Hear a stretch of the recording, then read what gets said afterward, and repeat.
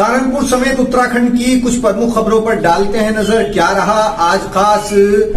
कांग्रेस के उत्तराखंड प्रदेश प्रभारी देवेंद्र यादव ने आज मीडिया से बातचीत की। उन्होंने मीडिया से बातचीत करते हुए कहा कि उत्तराखंड की भाजपा सरकार हर मोर्चे पर पूरी तरह से नाकामयाब साबित हो चुकी है।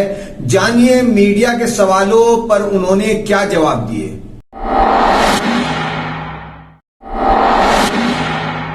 जो इलेक्शन होंगे उसमें उनको लाभ मिलेगा, आपका क्या कहना है? 4 साल की जो फेलियर, 4 साल का जो भ्रष्टाचार है, मैं समझता हूँ कि उसके ऊपर पर्दा डालने की एक नाकाम कोशिश है। लोग आज भली भांति इनकी जो चाल है उसको समझ चुके हैं। आज मैं समझता हूँ कि इस फैसले का ये भी एक अभिप्राय है कि इन्होंने माना है कि पिछले जो 4 साल थे वो पूरी तरीके से ये सरकार फेलियर रही थी। लोगों की आकांक्षाओं के ऊपर जो लोगों की उम्मीदें थी, जिस तरीके के वादे इन लोगों ने जनता से किए थे, जब वो पूरी तरीके से फेल हो चुके हैं तो नेतृत्व चेंज कर कर एक नया चेहरा देने की कोशिश इनकी पूरी तरीके से नाकाम साबित होगी। मैं समझता हूँ कि लोग पूरी तरीके से इनकी ये साजिश को जान चुके हैं और कहीं ना कहीं इस भारतीय जनता पार्टी से ये पूरी तरीके से डिस्टेंस हो चुके हैं। जो कांग्रेस को जो है बाहर से ज़्यादा अंदर से चुनौतियाँ दिख रही हैं, आपके अंदर से एक बात उठी है कि नेतृत्व चुनाव से पहले नेतृत्व डिक्लेयर कर देना चाहिए। नहीं, मैं समझता हूँ कि आज हर एक बूथ लेवल तक का हमारा कार्यकर्ता मजबूती के साथ जहाँ कांग्रेस की नीतियों को पहुँचाने का काम कर रहे हैं, जहाँ कांग्रेस के सरकारों के दौरान जो उपलब्धियां थी उनको पहुंचाने का काम कर रहे हैं, वहीं भारतीय जनता पार्टी के 4 साल के राज की जो नाकामियां रही, जो भ्रष्टाचार रहे, उनको लगातार उजागर करने का काम कर रहे हैं। आज बूथ लेवल का एक एक कार्यकर्ता अपने आप को एम्पावर्ड महसूस करता है और वो कहीं ना कहीं अपने आप को जो जिम्मेदारी उसको है कि लोगों को बीच में उनके दुखों में उनके सुखों में पहुंचने का काम कर रहे हैं। निश्चित ही कांग्रेस पार्टी पूरी तरीके से मजबूती के साथ इस चुनौती के लिए तैयार है। सर, जिस तरह से भाजपा की गलत नीतियों और आप लोगों के द्वारा जो जनता के बीच ये चीज़ें रखी जाती हैं, उसको लेकर जनता एक कांग्रेस के प्रत्याशी को बहुत अच्छे मत से जीत पहुंचाती है, एमएलए बनाती है, लेकिन जिस दिन सरकार बनाने की बात करती हैं तो आपके पूरे देश में बहुत जगह ऐसी बात आती है कि कांग्रेस के एमएलए शिफ्ट हो गए हैं। तो जनता को जो लोग इस विश्वास के साथ वोट देते हैं कि बीजेपी की नीतियां ठीक नहीं।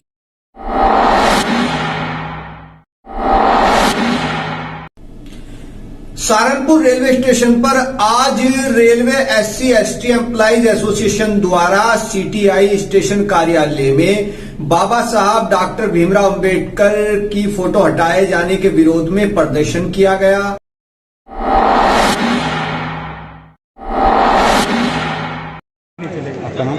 मेरा नाम अजय बिरला है। मैं ब्रांच सेक्रेटरी हूँ all India SC/ST railway employee association का। और CTI स्टेशन कार्यालय में वर्षों से बाबा साहब डॉक्टर BR अम्बेडकर जी की फ़ोटो लगी हुई थी, अंदर कमरे में भी और बाहर लॉबी में भी। और कुछ मानसिकता के लोगों ने बाबा साहब की फ़ोटो उतार दी गई है वहाँ पर। इसकी जिम्मेदारी जो कि वहाँ पर इंचार्ज है उसकी बनती है। और इंचार्ज ने भी हमें टाइम दिया है कि 1 बजे तक बाबा साहब की फ़ोटो लगा दी जाएगी। यदि बाबा साहब की फ़ोटो नहीं लगी तो इसके लिए आंदोलन करेंगे हम सब लोग, और उसकी जिम्मेदारी रेल प्रशासन की होगी।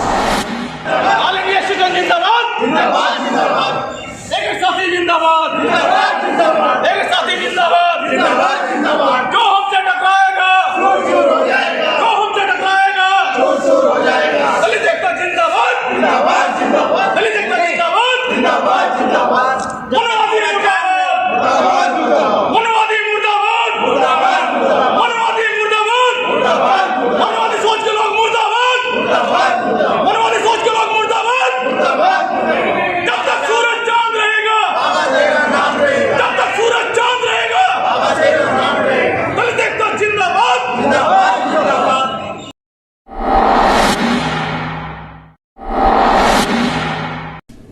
लखनऊ में आयोजित एक बैठक के बारे में सहारनपुर नगर निगम के मेयर संजीव वालिया ने आज मीडिया से विस्तार से बातचीत की। उन्होंने इस बारे में मीडिया को विस्तार से जानकारी दी।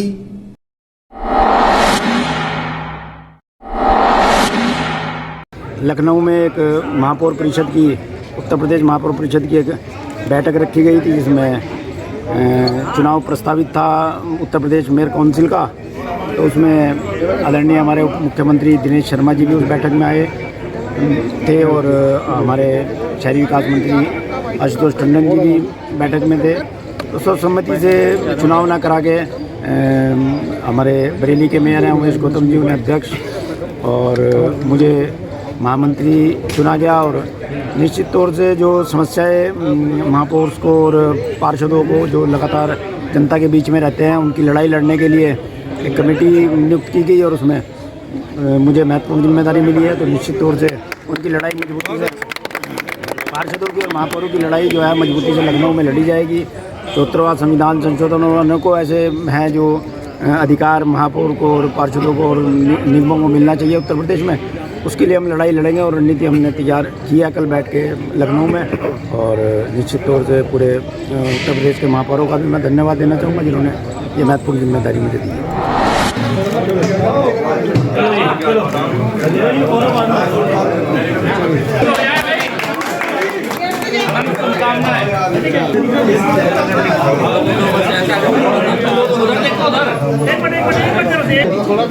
और पीछे से भाई सबको मौका देते रहो भाई। चलो भाई